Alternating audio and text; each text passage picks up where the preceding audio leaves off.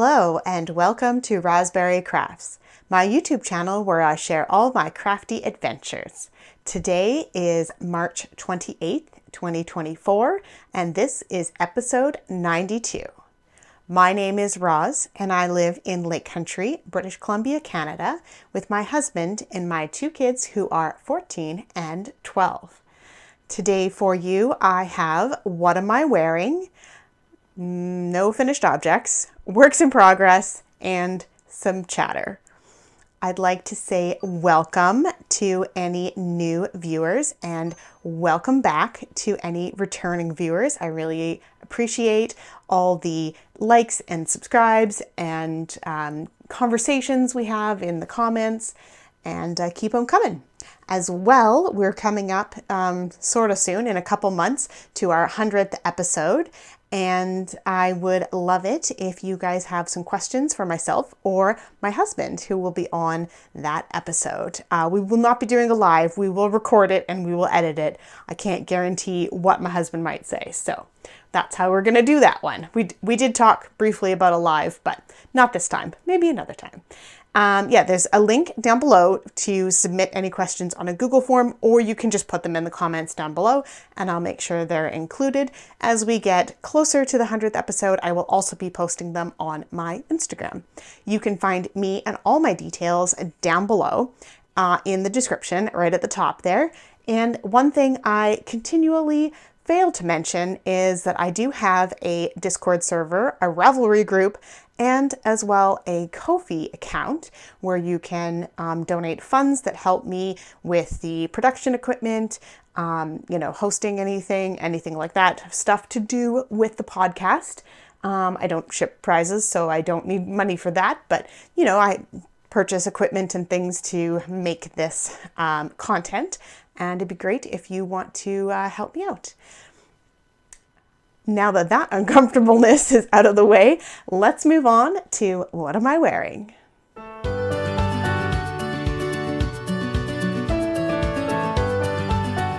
Today I am wearing my ranunculus, which was the sweater that I knit for the NaNoWriMo Knit a Sweater in a Month for 2023. This is a pattern called Ranunculus by, I'm looking at my notes, Midori Hirose. And I knit this in like 28 days, so pretty good. And it is Barocco Remix Light in Old Jeans that I picked up in PEI, as you do on the other side of the country when we did our summer trip last year. That is it for What Am I Wearing? And we'll move on to Works in Progress.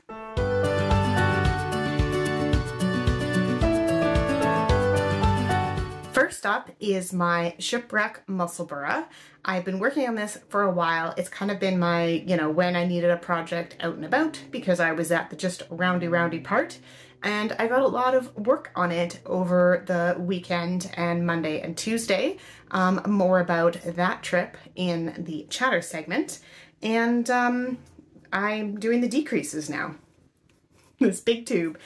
So this pattern is Musselburgh by Isolde Teague, and it is a double thick hat pattern, and you cast on it one crown and then increase, and then you have a whole bunch of knitting that is just plain, and then when you get to a certain measurement, you start decreasing again. So you might notice some things about this. First of all, this marker right here was the last time that I podcasted, and I didn't work on this any other time than on the trip that I went on Sunday, Monday, and Tuesday. So from this point to the end of the yarn is how much I knit on our travels, which is, probably about 10, 12 centimeters. Pretty good. And I ran out of yarn. I couldn't really remember how much I had of this, and my gauge is a little different than the last one I knit, so I just picked up some lovely, I should talk about the yarn. This is Yarn Love Joan of Arc in the Shipwreck colorway, which is why I'm calling it my Shipwreck Musselburgh. And then this lovely purple is some hedgehog fiber arts in the birthday cake, I think, colorway. I don't know, I'll have it up on the screen.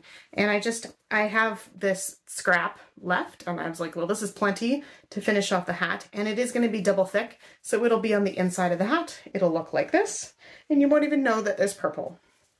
Or you could. Doesn't matter. Excuse me. So yeah, that is well on its way.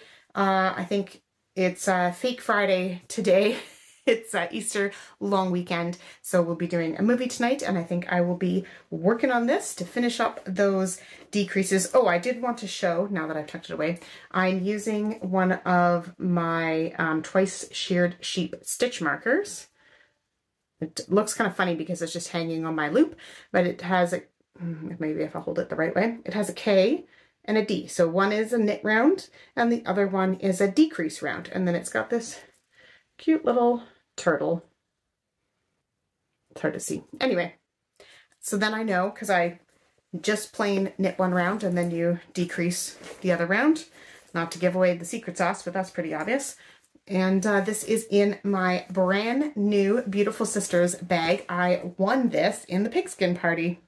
So, and I took this on the travels. It is a lovely boxed bag that is very square on the bottom, which I love. And it makes like a really nice kind of bowl, but also zips up really nicely. Beautiful handle on it and nice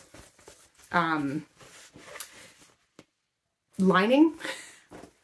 Interfacing, I think there's interfacing in there. And then it's got like a canvas on the inside and a canvas on the bottom, and it has a pocket. So all things that I look for in a bag. Zipper bags are not my favorite, but you know, I'm willing to make it work. I just always worry about zipping my knitting project into it.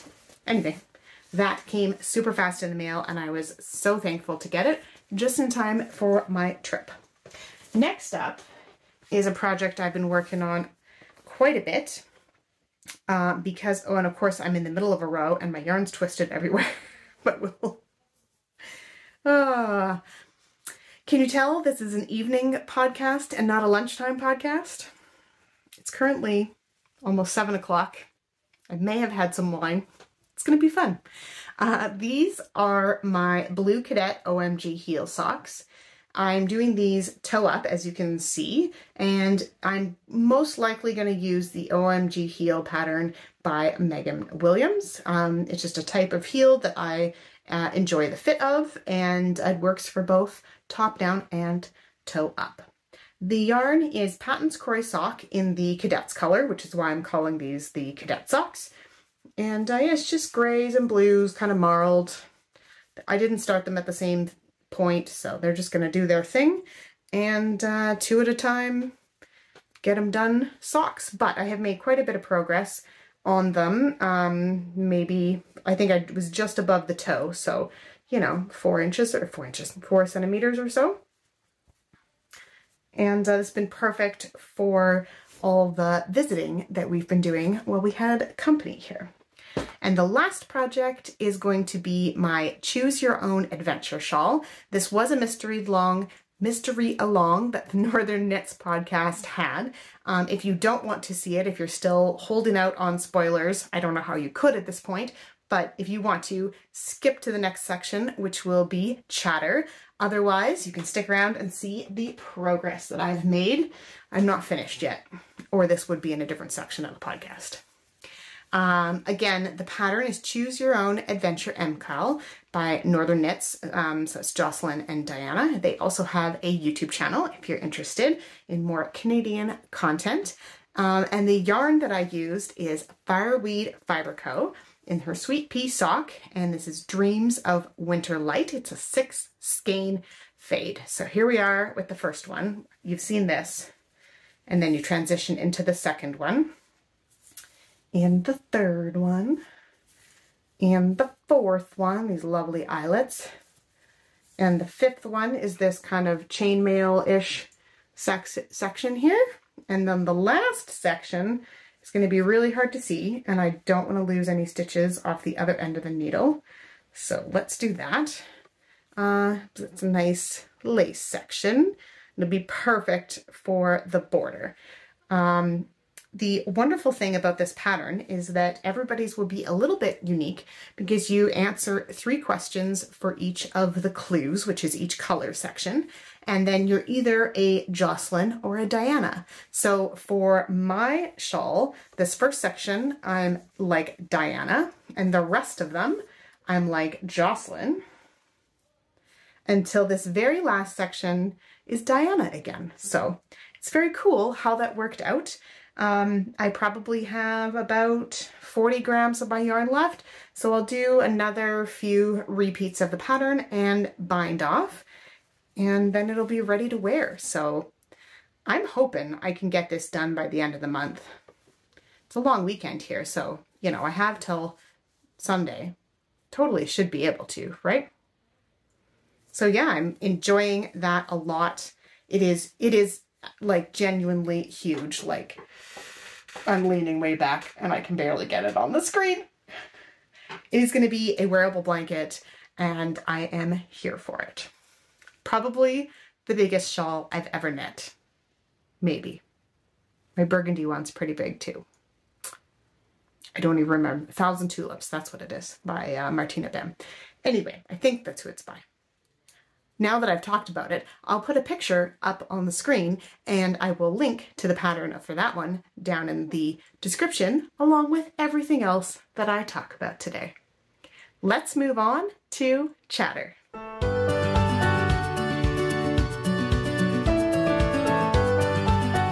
For chatter this week, I have a few things to talk about.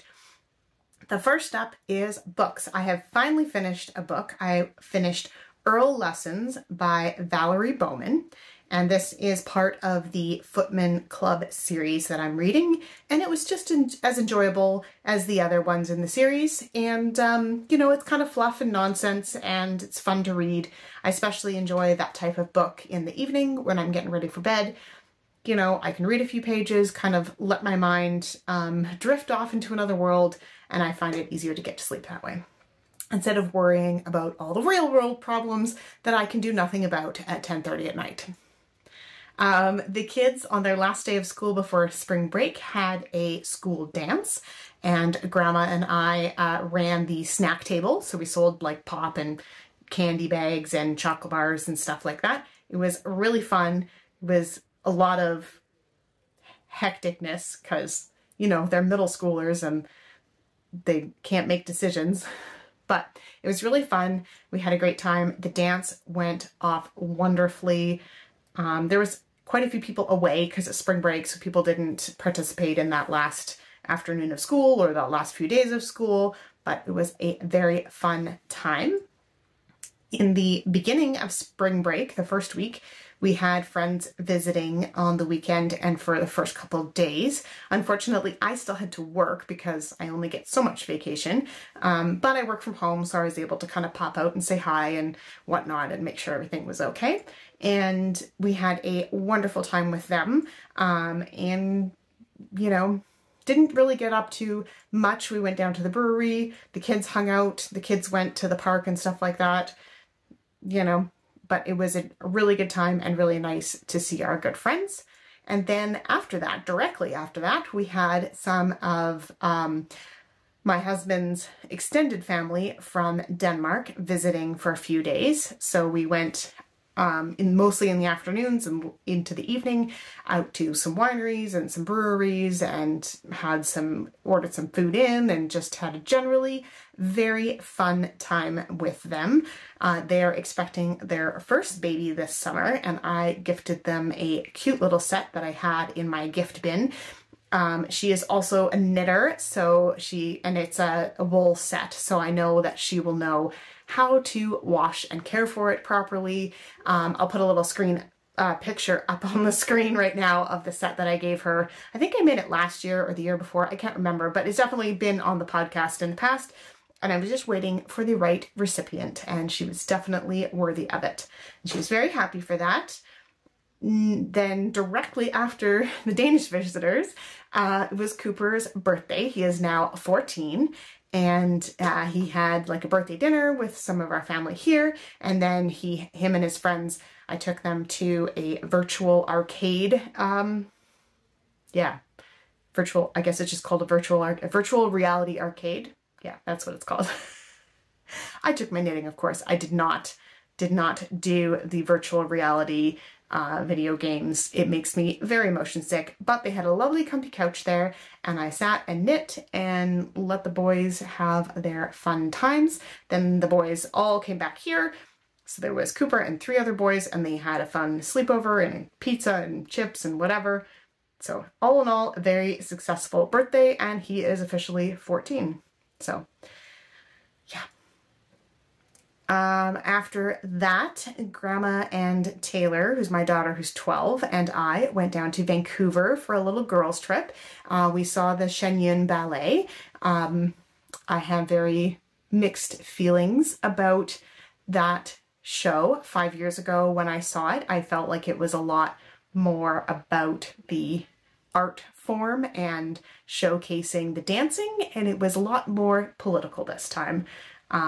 So it was still enjoyable, but there were definitely some very agenda forward items, and it's not that I disagree with them per se, it was just a very weird way that they presented them. So I'm not going to say any more about that, but it was enjoyable. Not sure I would go again. The rest of our Vancouver visit was wonderful. We did some shopping, we ate some really good food, we just hung out in the hotel room, which was a well-needed break after having so many people visiting our house and just being out and doing things all the time.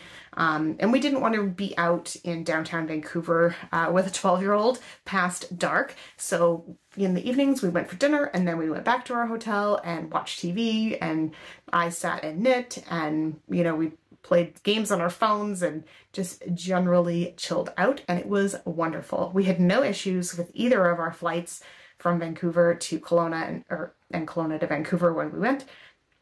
It was all just wonderful. Easy peasy, no issues.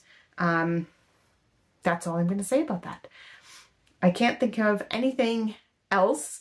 I'm a little discombobulated tonight because it is a nighttime, and I've been into the sauce, and you know, I'm just gonna go and chill and have a nice long weekend. I have tomorrow off, which is, you know, hence the movie and drinking tonight, and that is all that I have for you. I'm just gonna keep saying that over and over again, so I'm gonna end this podcast here, and we will see you guys again next time. Bye.